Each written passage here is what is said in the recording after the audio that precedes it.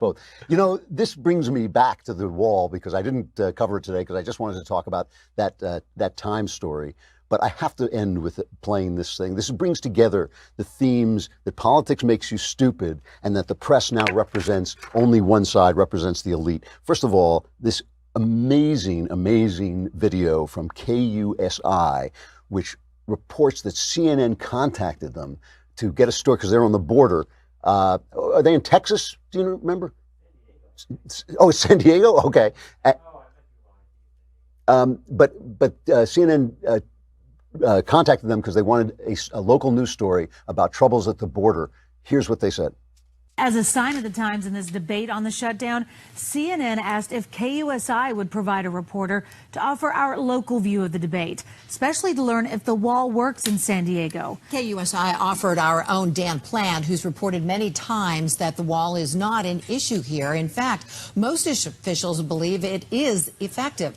The issue we face is the migrants and the debate over their treatment. Now, knowing this, CNN declined to have us on their programs, which often present the wall as not required in other places, like the stretch of the Texas border the president visited earlier today. They didn't like what they heard from us. Just some background for you. Just some background for you. The CNN, the most busted name in news, is busted again, but not as badly as Jim, look at me, I'm Jim Acosta, owned himself, as they now say online, with one of the most hilarious moments in his hilarious career. He has now become comedy gold, this guy. He is really something. He goes down to prove that there is no emergency at the border. All this talk. Remember how Jim Acosta explained to the President of the United States that this was not, that the caravan was not an invasion and there's no emergency and all this, and then wrestled the female aide to the ground, pounding her. Well, okay, I'm exaggerating a little bit. But now he goes down to the border to prove that there's no emergency there. And listen to this. And here are some of the steel slats that the president's been talking about right here.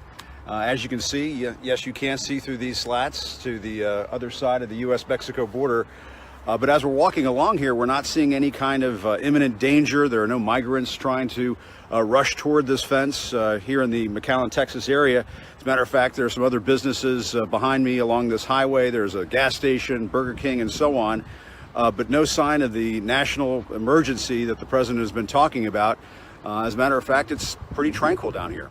There's a wall and there's no emergency.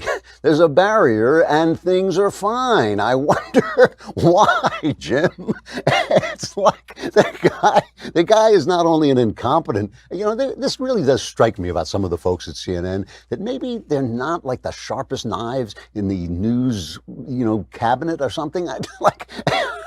So Trump is tweeting this out with, you know, the now joke on Jim Acosta is Dear Diary, because every time he complains, it sounds like he's writing in his diary. So Trump actually tweeted this out with Dear Diary at the head of it.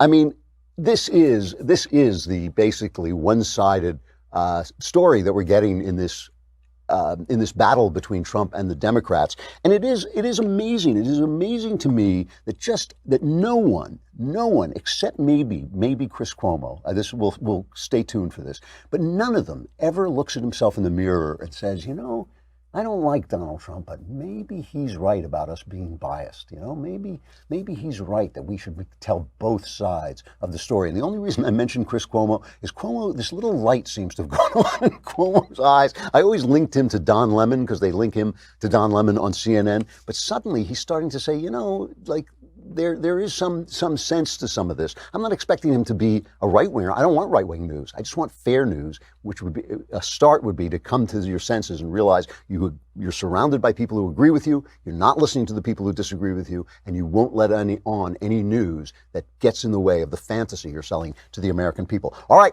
the Klavan Week begins. I will be back here tomorrow. I'm Andrew Klavan. This is The Andrew Klavan Show.